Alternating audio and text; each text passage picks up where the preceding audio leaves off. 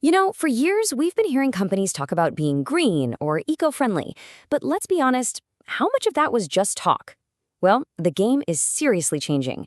We're moving away from a world of glossy brochures and cherry-picked stats to a whole new era of mandatory, standardized, and audited sustainability reporting.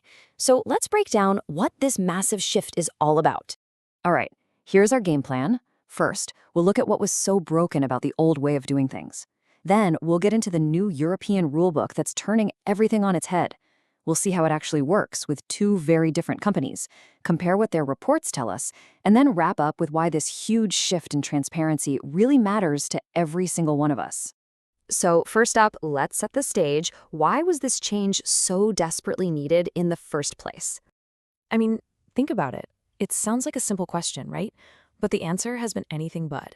We see all these ads, all these commitments to save the planet, but it's been almost impossible to check if any of it is real. How do you tell the difference between a company that's genuinely trying and one that's just good at marketing? That whole greenwashing thing. And here's the heart of the problem. It was basically the Wild West. There was no single standard.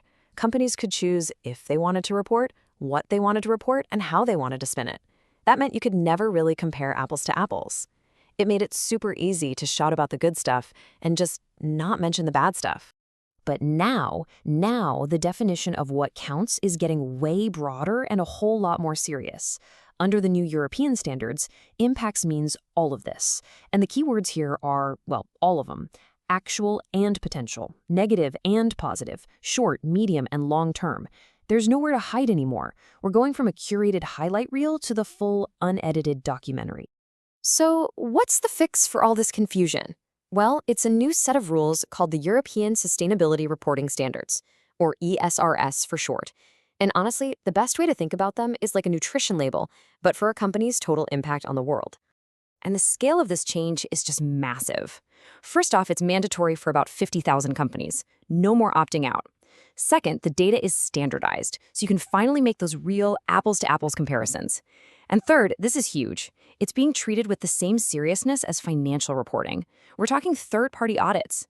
And it's not just about carbon emissions. It covers the whole shebang: environmental, social, and governance topics.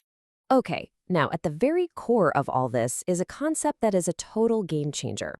It's called double materiality. For decades, companies really only cared about financial materiality. That's an outside-in view. They'd ask, how is something like climate change going to affect our profits? But now they also have to report on impact materiality, the inside-out view.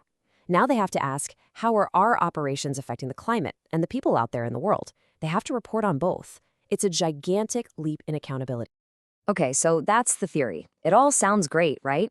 But what does this new corporate nutrition label actually look like when a real company fills it out? Let's take a look at two very different businesses. So on one hand, we've got H plus H International. They make building materials, a very traditional industrial kind of company.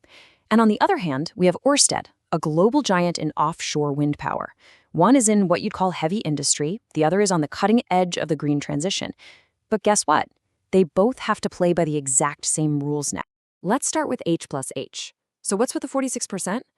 Well, that's their big, ambitious goal: to cut their absolute greenhouse gas emissions from their own operations, basically the pollution from their factories and the energy they buy, by 46% by 2030, compared to where they were in 2019. And this table right here, this is a perfect example of why these new standards are so powerful. It's not just some fuzzy promise, it's a public progress report. We can see right there in their 2023 statement that they've already hit a 21% reduction. This is what we mean by accountability in action. You set a goal, and now you have to show your work for everyone to see. Okay, now let's switch over to Ørsted. This number, 2.8, might not seem like much, but for a company that builds and operates these massive wind farms out in the ocean, it's incredibly important. It's their total recordable injury rate for 2023, a key measurement of how safe their workers are. And just like with the emissions, we can track their progress. You can see they brought their injury rate from 3.1 in 2022 to 2.8 in 2023.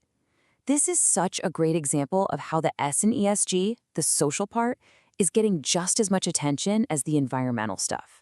We're talking about the health and safety of real people doing their jobs. So we've seen a couple of data points from each company, but what happens when we use this standardized framework to put these two very different businesses right next to each other and really compare them? This is where things get really fascinating. Because they're following the same rule book, we can clearly see how their biggest risks and impacts are totally different. For H&H, the building materials company, a major risk is worker safety, things like accidents in the factory. For Ørsted, the energy company, a huge risk is their impact on nature, disturbing marine life or displacing species when they build these giant wind farms. The same standard perfectly reveals the unique challenges of each industry. And the comparison gets even richer when you dig into the data about their people. The level of detail is just incredible.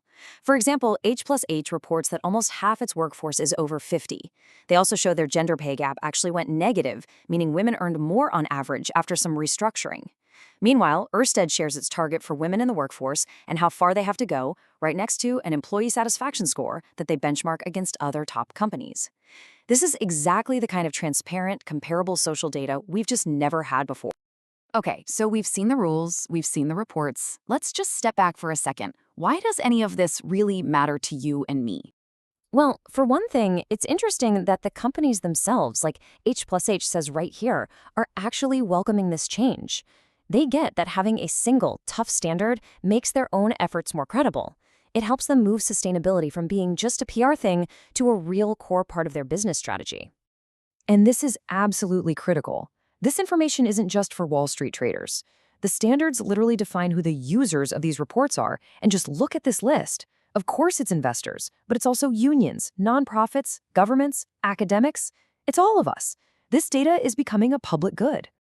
So here's the bottom line. This isn't just about companies filling out more paperwork.